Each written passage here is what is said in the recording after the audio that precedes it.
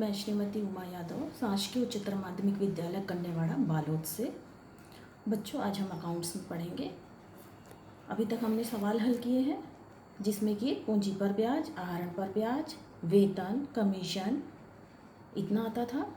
अब आज के प्रश्न में हम हल करेंगे जब शुद्ध लाभ पर प्रतिशत देता है कमीशन घटाने के बाद या पश्चात। तो आज हम इस प्रकार का प्रश्न हल करेंगे।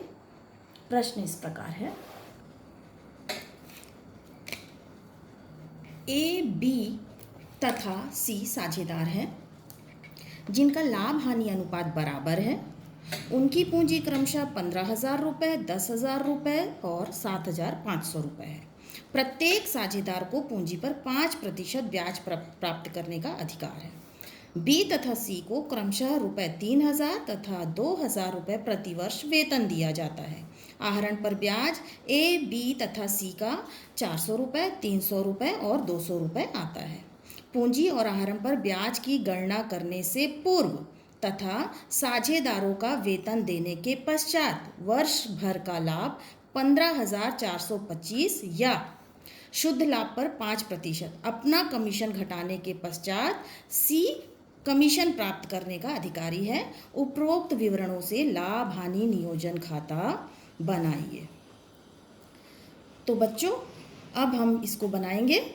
सबसे पहले हेडिंग लिख देते हैं, लाभ हानि नियोजन खाता। एक तरफ डेबिट, दूसरी तरफ क्रेडिट। विवरण रकम, विवरण रकम। सवाल बनाने का तरीका वही। सबसे पहले हम प्रश्न में देखेंगे लाभ है या हानि। यहाँ पर दिया हुआ है पूंजी और आहरण ब्याज की गणना करने से पूर्व तथा साझेदारों का वेतन देने के पश्चात। तो यहाँ पर वेतन दिया है, बट प्रश्न में सवाल बनाते समय हम नहीं लिखेंगे। क्यों? क्योंकि साझेदारों का वेतन देने के पश्चात लाभ दिया हुआ है। तो लाभ को सबसे पहले हम क्रेडिट में लिख लेते हैं। शेष लाया गया 15,425 रुपये।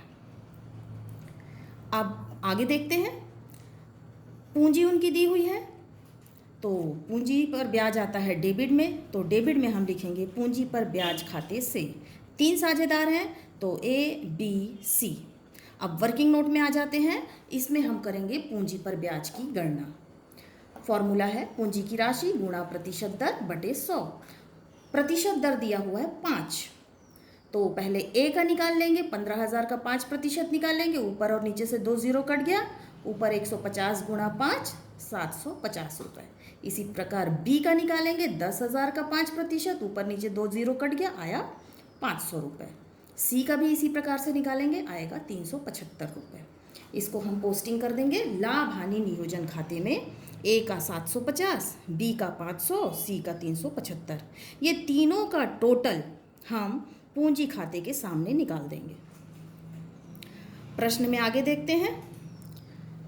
वेतन दिया है, बट हम नहीं लिखेंगे क्योंकि वेतन देने के पश्चात लाभ दिया है, इसलिए यहाँ वेतन हमको नहीं लिखना है। आहरण पर ब्याज, आहरण पर ब्याज क्रेडिट में आता है।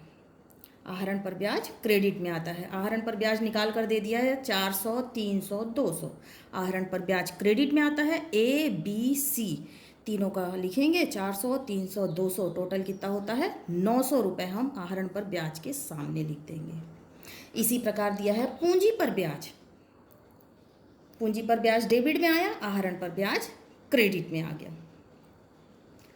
अब यहाँ दिया है साझेदारों का वेतन देने के पश्चात वर्ष भर का लाभ, शुद्ध लाभ पर 5% अपना कमीशन घटाने के पश्चात सी का कमीशन। तो सी का कमीशन आता है डेबिट में, तो हम लिख देंगे सी के कमीशन खाते से। लेकिन ये कहाँ निकालना है? ये 5% शुद्ध लाभ पर निकालना है। तो हम वर्किंग नोट में आ जाएंगे शुद्ध लाभ की गणना। वर्किंग नोट में आ जाएंगे शुद्ध लाभ की गणना। शुद्ध लाभ की गणना के लिए हमको निकालना पड़ेगा। तो सबसे पहले हम क्रेडिट का टोटल कर लेते हैं। सबसे पहले हम क्रेडिट का टोटल कर लेते हैं। क्रेडिट का टोटल आता है हमारा 5, 2, 9 और 4 13, 5 और 1 6 और 1 16,325। क्रेडिट का टोटल आया 16,325। अब डेबिट का टोटल हमारा है 1,625 रुपये। तो हम घटा देते हैं। क्रेडिट में से डेबिट, तो हमारा शुद्ध लाभ आ गया 14,700। ये शुद्ध लाभ अभी नहीं है, इस शुद्ध लाभ पर हमको क्या निकालना है, कमीशन की गणना करनी है। तो हम इसका फॉर्मूला लगा लेंगे, कमीशन की गणना लिखेंगे वर्किंग नोट में, शुद्ध लाभ का 5%, कमीशन बराबर क्या होगा, शुद्ध लाभ गुणा प्रतिशत दर बटे, इसका फॉर्मूला नीचे 100 धन प्रतिशत दर होता है। क्या होता है, 100 धन प्रतिशत दर। तो शुद्ध लाभ हमारा है 14,700, प्रतिशत है 5, और यहाँ 100 धन 5 करेंगे तो नीचे कितना आ जाएगा, 105 रुपये। इसको हम काटेंगे तो हमारी राशि आ जाएगी 700 रुपये। कितनी आ जाएगी, 700 रुपये। ये 700 रुपये की कमीशन किसको मिल रहा है, सी को मिल रहा है। प्रश्न में दिया हुआ है कमीशन किसको, सी को मिल रहा है। तो लिख देंगे डेबिट में सी के कमीशन खाते से कितना रुपए, 700 रुपये। इतनी ही प्रश्न में इतनी ही जानकारी दिया गया है। तो अब हम क्या करेंगे, क्रेडिट का टोटल है हमारा 16,325 और डेबिट का टोटल था इतना 1625 था। अब यहाँ 700 रुपये और आ गया। तो पहले आंसर था हमारा शुद्ध लाभ 14,700। इस 14,700 में 700 रुपये और घटा देंगे तो हमारा शुद्ध लाभ जो आएगा वो आ जाएगा 14,000। कितना आ जाएगा, 14,000। 16,325 में अब इन दोनों को घटा देंगे तो आ जाएगा 14,000।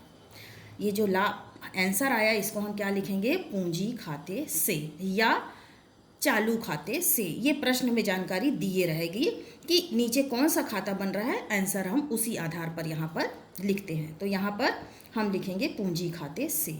अब इस 14,000 को 3 साझेदार हैं हमारे पास। कितने साझेदार हैं, 3 साझेदार हैं, ए, बी और सी।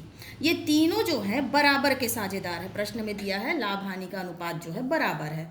तो हम इस 14,000 को 3 अनुपात में, एक बराबर अनुपात में बांट लेंगे। वर्किंग नोट में आ जाएंगे, लाभ हानि का विभाजन बराबर, बराबर अनुपात है मतलब 3 साझेदार है तो 1:1:1 बटे 3। अब 14,000 को हम 3 से करेंगे, भाग दे देंगे, 1, 2 और 3, तो बटा हो जाएगा 3।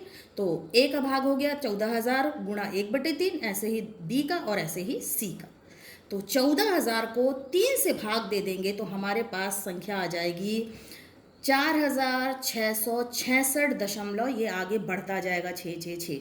तो हम डेसिमल के पहले तक का लेंगे तो हम इसको लिखेंगे 4,667, दशमलव के आगे 5 से ज़्यादा है तो 67 हो जाएगा। लेकिन टोटल हमारे पास है 14,000 और अगर तीनों में 7 7 आता है तो होता है 7 या 21। तो या तो हम ए को या तो हम सी को 1 डेसिमल के पहले का कम कर देंगे। 67 हो रहा है तो हम क्या कर देंगे, 66 ही लिखेंगे। या तो ए को भी ऐसा कर सकते हैं या फिर सी को कर सकते हैं, ताकि ये हमारा शुद्ध लाभ जो है वो 14,000 ही आए।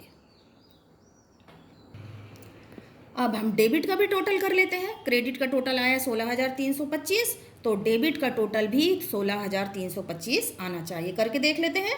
5, 2, 6 और 7 13, हासिल 1, 2, 2 और 4 6 और 1। तो यहाँ पर हमारा होता है 16,325 और क्रेडिट भी है 16,325। तो बच्चों आज के प्रश्न में हमने देखा शुद्ध लाभ पर प्रतिशत कमीशन निकालना। तो उम्मीद है आपको प्रश्न समझ में आ गया होगा। यदि आपको कोई भी डाउट है तो मेरे वीडियो के नीचे कमेंट बॉक्स पर आप क्वेश्चन पूछ सकते हैं। नमस्कार।